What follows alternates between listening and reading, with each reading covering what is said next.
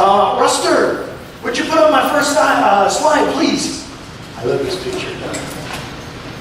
I'm waiting. I'm anticipating it. I'm longing for it. No pressure. There! Oh, he was here and then he's gone. What happened? Where'd my Google go? The big picture. There he is. Okay. Now, that's Pumbaa, and in Swahili, Pumbaa means a warthog. Yeah. So it just was so much fun. We're out and we had extra time, so we went to the Nairobi game park, and this guy was rooting around down in the field. Now I didn't grow up on a farm, but I lived in Vera Bay on the farm, and I learned how to talk big talk. And so I started talking to this pig. He wasn't rooting around with me. He got up and, look at this, he's raising his eyebrows. Like, what you talking about, Willis? You know, so I love that picture of that healthy warthog. Can we hear a little bit of that pig talk? Huh? Can we hear a little bit of that pig talk? No, I better not. But I can only go so far before I get in trouble. But Karibu Kenya, that means welcome to Kenya 2016. And so today I've got kind of a hodgepodge of stuff I want to give to you. One is basically a vision report of our time in Kenya. For those of you who don't know, it was Greg. Greg, stand up, wave at everybody. Some people don't know you yet. No, stand. Come on. Stand. And you guys all know Herb McDavid. And Kenyans have the hardest time with Herb's name. He said, what's your name? Herb. They go, Hob. Herb. Hob. Herb. Hob. So he said, it's Mac.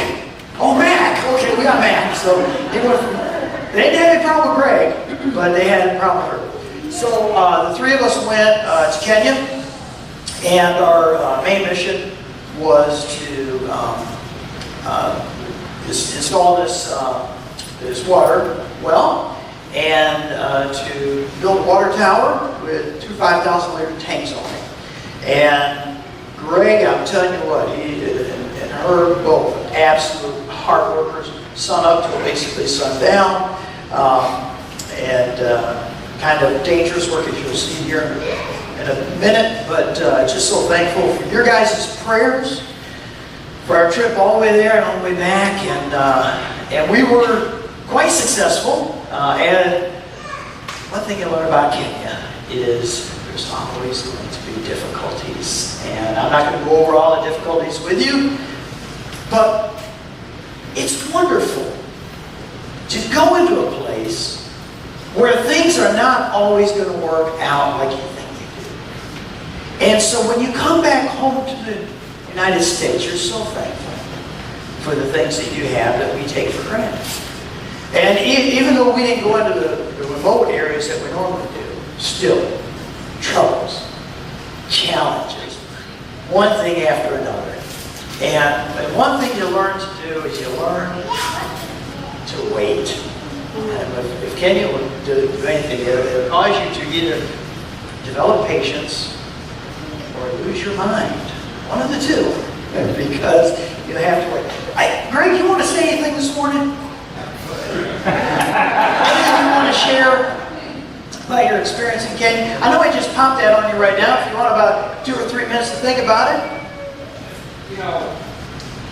Come on up here and get a microphone so they can hear you.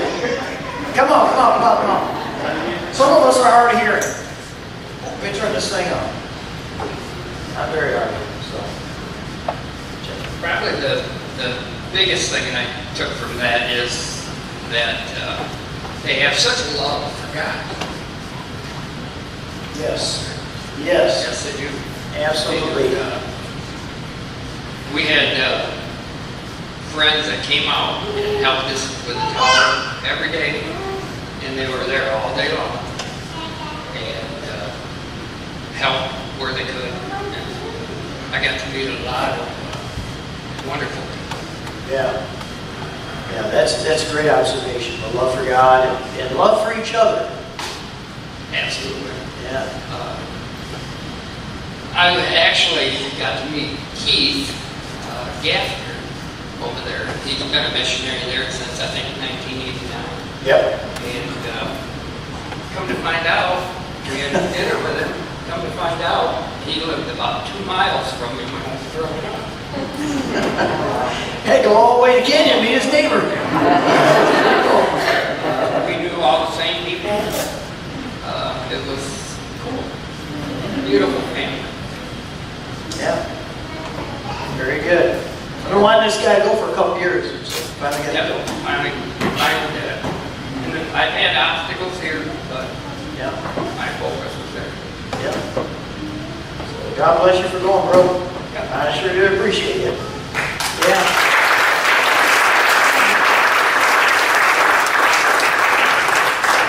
Yeah, you guys remember Boniface, right? Unforgettable guy. So he drove all the way from Nakuru, which is about 3 or 4 hour drive. Just come out and hang out with us. Joseph, Pastor Mahoro, he came out. Mahoro is about, he's pushing 50 years old. He's missing one eye, but he worked with us all day long. And he scampered all over that tower with us, and it just was always there. When he needed something. Anyhow, various people, Sammy, you all know Sammy, he was there. John Kiddo came. We just need to take a trip one time and go around and visit all our folks and just encourage them. Kind of like Paul, when he went through all the churches he established on his 2nd and 3rd missionary journeys. And instead of work, just go and encourage, because that would be about a 5-day mission in itself. And then he'd take you with us on that. Because he didn't get the experience of drinking Mercique and, eating ugali and staying in a mud hut, but we'll do that. Don tried to get me to use my tattoo. Yeah, ride a matatu. But I had him for a drive, so So, was it really? Now, if you've never driven in Kenya, which probably 98% or 99% never have, and I'm sure that Greg, that was his first experience of being in traffic in Kenya, and me behind the wheel. If you want to hear some cool stories, please visit Greg, and he'll tell you all about that. I got to tell you something honestly happened to me. I forgot my lunch, and so I went home this morning at about 9 o'clock to go get it. And so when I got ready to pull out here onto the road, I almost went in the wrong lane. See, they drive on the other side of the road. It was like, nope, over here. So that was a little exciting. But let me go over a couple of the pictures. I know I've learned over the years that sometimes when we come back from mission, it's kind of like showing home movies, and you don't necessarily connect with everything that we have connected with. So I have downsized my pictures greatly. I have tons more to share about it, but I am going to be much more brief than I have in the past. No applause, thank you. But I want to just share with you some of the peaks, the highlights. Now, these guys were overwhelmed by the amount of PJs that this congregation, Herb's congregation, our friend Karen, their congregation, we just had so many pajamas. Not only did we take care of all the kids at Horace and Phyllis's place in Tumaini, we also went over to the Children of Hope and equipped all those kids. So here's some models. Isn't that a cool picture? Yeah. With the PJs? Some of these PJs, some of you will remember because you guys bought them. But they're real posers. Next one, Russ.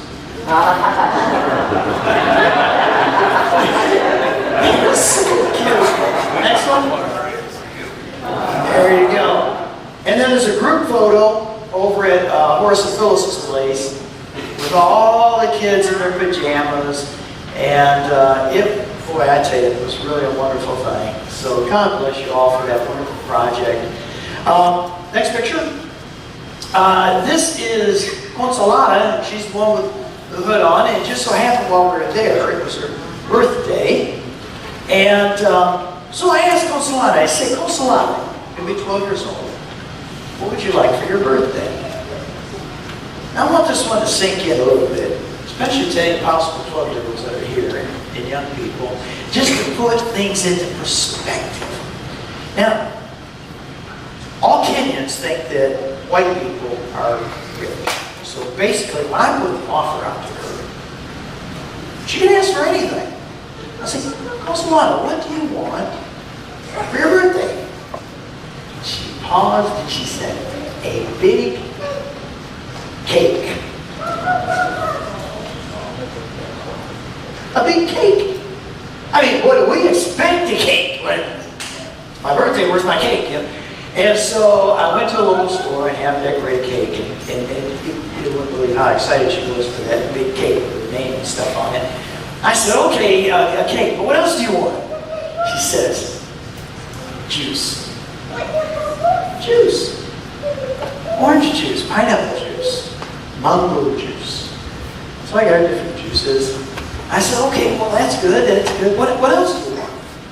She said, maybe some pencils and some paper and some study books, because they have so you can study English and math and all that. So it's just kind of a different perspective, you know, when you have nothing.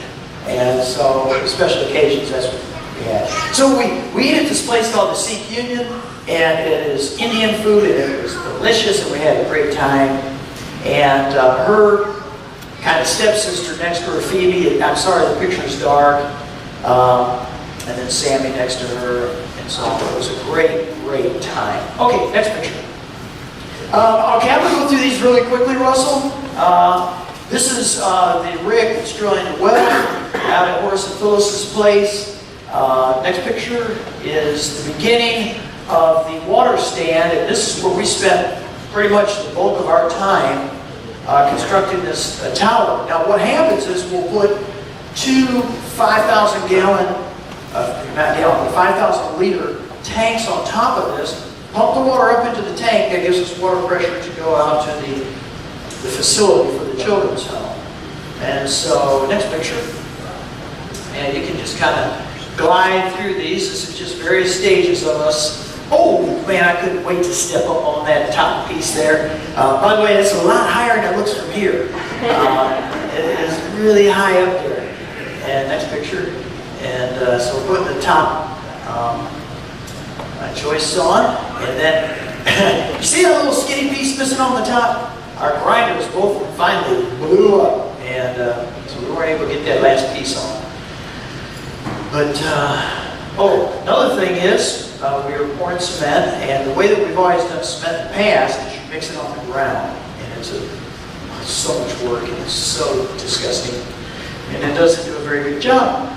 So between 2 mining children's home, living our mission, we invested in a cement mixer. It's going to make life so much more productive. There's over, and that's the well, the borehole casing, and the sanitary pad around it. And I just heard word, by the way, Greg, that they're going to be putting the pump in this week, and that will be completed up to the tank, and will be into the water. All right. So next picture, what have I got? Oh, okay. So while we're there. By the way, any questions real quick? We're free here at New Song. Anybody got any questions on the mission trip thus far? You know, we went to do the well, we're doing it, help kids, encourage people, went to church, had an awesome time worshiping with people. We stayed in a hotel downtown called the Cicada Hotel. It's very nice. They had these little white stools you sit on from time to time. Very nice. They're so much better than this little hole in the ground, you know, and they have sometimes warm water in the showers. I think 3 out of 10 days it was warm.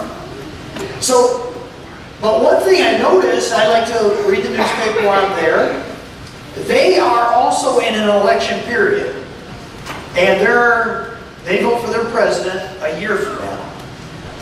And so, if you recall, back in 2007, during an election in which the election was stolen by a particular tribe, they had these tribal clashes, and there were many people that were murdered, a lot of crime and a lot of violence. So we're in another election cycle, and by the way, let me back up, the violence was mainly against 2 tribes. The Kikuyu tribe and the Calajan tribe. And the Calajans believed that the Kikuyus had stole the election, which, by the way, they did. So, people are fed up with this division. They're fed up with tribalism. They're fed up with it. So this man on the left, his name is Uhuru Kenyatta. And he's Kikuyu. And the man next to him is Calajan. And so they have created a new party called the Jubilee Party. All right? And they're bringing unity. The whole thing is bringing unity. And so the next slide is a phrase, Tuko Pamoja. Tuko Pamoja. And Tuko Pamoja is the theme of this party. Of these warring tribes now coming together as one. And that really hit me as I was watching what's going on in Kenya, knowing all the dynamics behind it, and this expression, Tuko Pamoja. And you know what hit me, don't you? You guys that know me, right? What's my first thought? Go ahead and guess, it was. Republicans and Democrats? No, I wasn't thinking about our guys. It's funny because I go to different shops, I'm talking to people, and they're like, what's wrong with you people? You're crazy, you know? I said, well, wait, you guys weren't so saying yourself, but anyhow, it's funny how they see us. But no, that wasn't it. Sermon series. What a wonderful sermon series. We are together. We are one. A long time ago, like Valessa and battle against the Soviet Empire, you remember that? Does anybody remember the phrase that they had? Mick, you probably would know. Begins with an S. It was in Polish, the Solidarity movement. The power of coming together is one. And the power that we have in unity. See, that's why our enemy loves to divide. He divides, he conquers. He divides, he conquers. And it doesn't have to be a huge division, be little divisions. Just nip it away. Divide, conquer. Divide families. Divide churches. Divide communities. Divide, and conquer. And so, it's almost like a revelation to people when they think about Tuko Pamoja, when they think about solidarity, when they think about unity. You know, and Jesus and all his disciples focused on the unity. What is this meal about? Is it about some orthodoxy? Hey, hang on, connect with me. Is that just about orthodoxy? We did it. We ate unleavened bread, we drank juice. We did it. It's orthodoxy. We did our rule. Is that what it's about? We came and ate this bread and this juice? No, it's that we commune together as one body with God. If we did not commune together as one body with God and simply went through some orthodoxy, we missed it. We missed it. The fulfillment of God's command to share this meal together is that together we commune with each other and with God. Tuko Pamoja, we are together, is more a shared sense of purpose and motivation in a group. It transcends mere agreement and implies empathetic understanding among the members of the group. So I feel this sermon series coming on called Tuko Pamoja. You'll learn a little Swahili as well. And I loved it when I'm driving into Eldoret. There's this like 40-foot tall sign with a Calajan and a Kikuyu with their hands grasped in unity. And under it says Tuko Pamoja. And I saw that and I thought, that is so cool. Now I understand it may just simply be politics and their way of getting votes and, you know, getting into office and power. But for me and for what I'm feeling, Tuko Pamoja, the church, is something much, much better.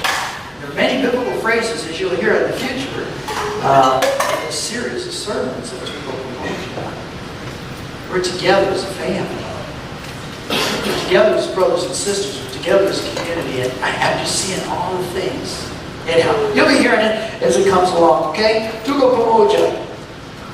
Now, the other thing I did I have any more pictures, Russ? Nope. That's the last one. Okay, the other thing I did, and I'll finish up with this, is I've been wanting to, since I stop off in Amsterdam, I have a break in that lake from Nairobi to Amsterdam, Amsterdam to Detroit, is to make a trip back to the place where my family, we all lived, from 1981 to 1985. 1981 was the year I became a Christian, where I gave my life to Christ. In Zweibrück in Germany. And so this year I was able to do that. So I jumped in the car in Amsterdam and flew all the way to Zweibrück in Germany. And was able to make a photo album for the kids of places that they lived. We went to church and we did our shopping and all that. And that was really neat to go back to this little building that we rented as a small church. And where it all began for me, where I was reborn. And but it was interesting that it's not the same. As many of you who have done reminiscing and you try to go back to old places, and it's like, yeah, it's just not the same. And then these Delta commercials on our movies, it was all about moving forward. I like that. And the thing is that it struck me so profoundly as I was looking at the place where our building was that we used to live in. It was just a hole around it. They tore down the building.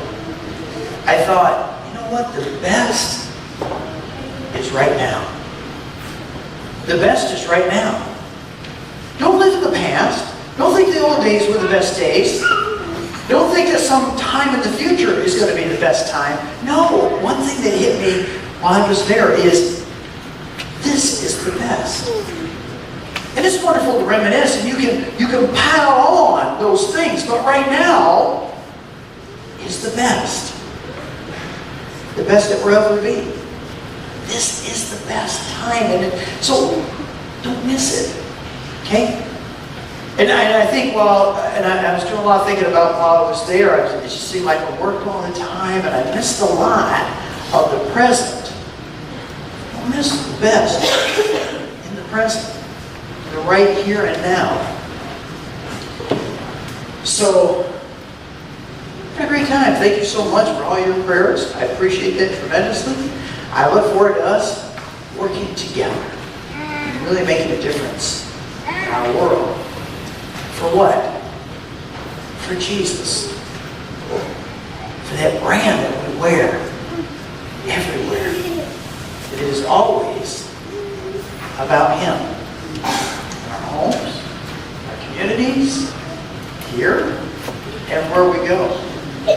Wear our brand proudly. And our brand is Him. Not contemporary music, not hipster church or anything like that. It's Him. It's Him.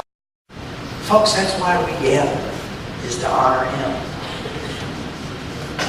That's why we do what we do, is to honor Him. Wonderful that we care to help people, but what's the help people all about? Honor God, bring Him glory, right? Everything we do. And we need each other. Don't let that enemy divide and conquer. He's good at it. No, folks. Let's embrace Tuko Pamoja. We are together. And everybody in every one of these seats, and the ones who are not in the seats, that should be in the seats with us, for whatever reason are not, they're important. We need them. They need us. That's what we need to build. We need to build family. And I'm so glad that Greg, the thing that really hit his heart was the love that those Kenyans had for each other. And you're family. Your family. They love you. So do whatever it takes to help each other. And how many were on that peaky going home? Guy needed a ride. They had 4 people on a little motorcycle. Why? Because the guy needed a ride. You know, we're pulling out of the gates with 2 guys on the road. Hey, can you give us a lift? Hop in. We rode some Kenyans. I don't know who they were. But that's how God wants us to be. We are interdependent. We're not volcanoes. And there's so much that we can do. This little church that meets here can do so much for God's glory. We got to keep that focus. We got to keep that focus. We got to keep moving forward. Forget about the days behind. Move forward. God's got great things in store for all of us. When we're practicing Tuko Pamoja, we're together. We're one. Don't tear each other down. Don't talk about each other. That's not how you maintain Tuko Pamoja. Oh, I've heard people in Kenya. I've heard Cajuns talk about those rich, uppity Kikuyus. And I've heard Kikuyus talk about those, farmers that don't know anything about those Cajuns. That's not how you form Tuko Pamoja. Is with that kind. No, we encourage, we should encourage and edify and spur one another on towards love and good deeds. That's Tuko Pamoja. You're going to hear a bunch of them between now and then. And so, I'd like to pray us out this morning. So if you would just bow with me. Father in heaven, well, it's so good to be home. It's so good to be amongst people who love each other. I'm so thankful for the love that I feel for all these people. These brothers and sisters of mine. And I'm so thankful for the love I received. And the love that I was able to communicate to people 8,000 miles away. Oh Lord, thank you so much for the family that you've created, the family of believers. I pray, dear God, for the spirit of Tuko Pamoja to truly be a part of this family of believers. Father, I pray that you would anoint us today with your Holy Spirit to bring good news to the poor, to bind up the brokenhearted, to comfort those who mourn, and to see lives truly transformed from ashes to beauty, from mourning to gladness, and from despair to joy. Father, we pray for those who have special needs. I'm mindful of Catherine. Please continue to be with her. Your Spirit will be with her in a very special, healing way. And Lord, for Jackie to be healed of the pain that's in her back. And Lord, the many others that are amongst us that have special physical needs. For those who are traveling, Lord, we pray for them to have safety in the journey and to be back with us again soon. But we love you, Father. We praise you. We honor you in the precious name of Jesus. And all the believers together said, Amen. Amen. God bless you.